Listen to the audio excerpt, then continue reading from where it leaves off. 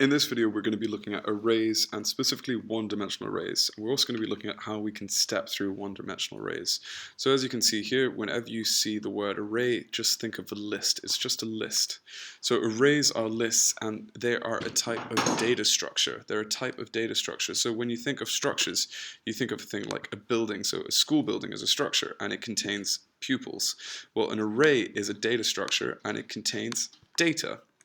So it holds multiple values of the same type of data under one name.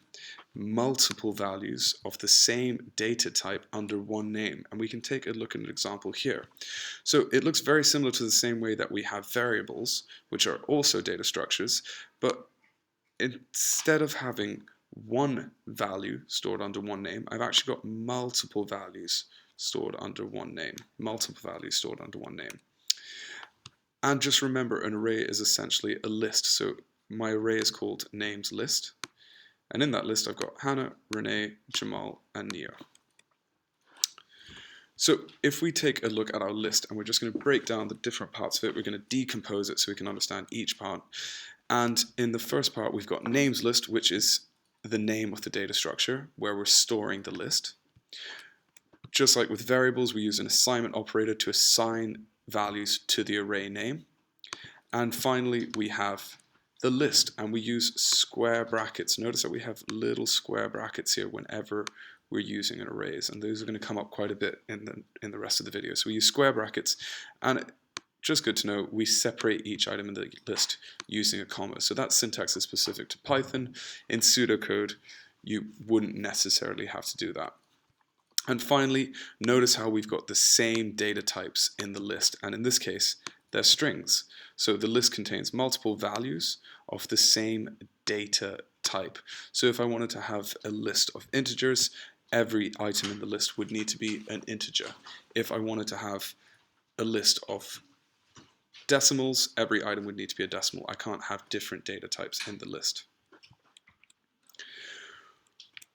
So when we're looking at lists, we use something called indexing. We index our list, and you'll notice that our list starts from the number 0. So our list starts at the number 0, and the first position is 0, and this can also be referred to as I. So index 0 is Hannah. So if I went to go print names list, and notice how I put my square brackets in again, and this isn't going to print out my whole list, it's just going to print what's in position 2, or index 2, which is Jamal. So our list actually has 4 elements. So despite it going 0, 1, 2, 3, it's got 4 elements because I've got 1, 2, 3, 4. And I can find that out by going length name list equals 4. So that's the length of my list is 4. And if I take a look at my names list here, now I've actually added the index position. So I've got 0, 1, 2, 3. Now, if I want to change any of the data in my array, if I want to change any of the data in my list, I need to know what the index numbers are.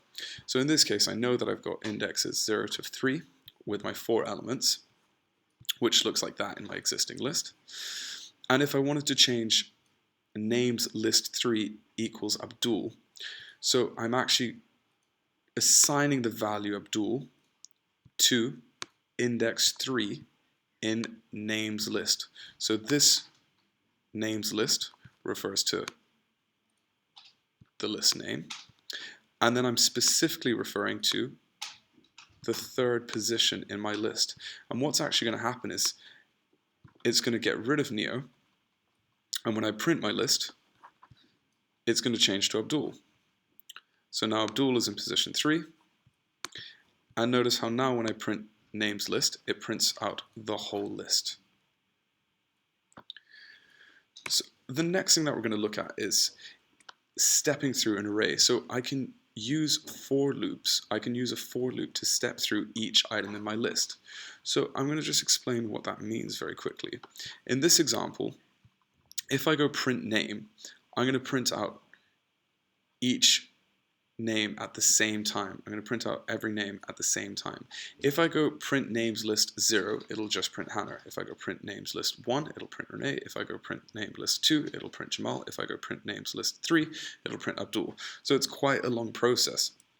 And that's what we call stepping through an array, because we're actually stepping through each item in the array. We're going step by step through the array.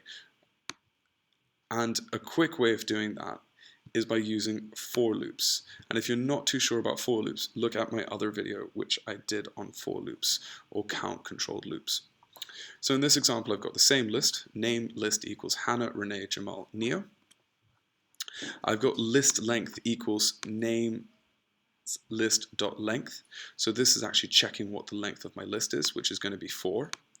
And that just is the same as having a number in here, except I'm using a variable to hold that value. So for I in range 4, print names list I. Now if you remember, I is a variable that changes after each iteration. I is a variable that changes after each iteration. And it actually starts at 0. Now that could be count, it could be any name. But in this example, we're just using the word I. So you can imagine I means index or I means iteration. And it starts with 0 until it reaches the length of the list. So it's going to start at I, and then it will stop at 3. And in this next line, we've got print names list, but I don't actually have a number in here. I have I, because I is a variable that changes after each iteration. So when I step through the list, I want to print off each item in my list separately. And what's going to happen on my first loop, I is going to equal 0. So what happens here is names list, that I is actually holding the value 0. So what's going to print? Index 0 in my array. So I'm going to print off Hannah, and I'm just going to print off Hannah there.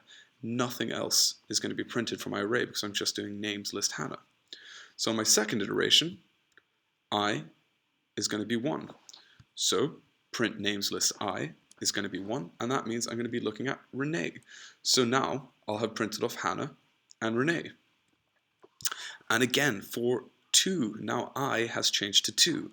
So names list is going to be looking at index 2, which is Jamal, and I'll have printed off Hannah, Renee, Jamal.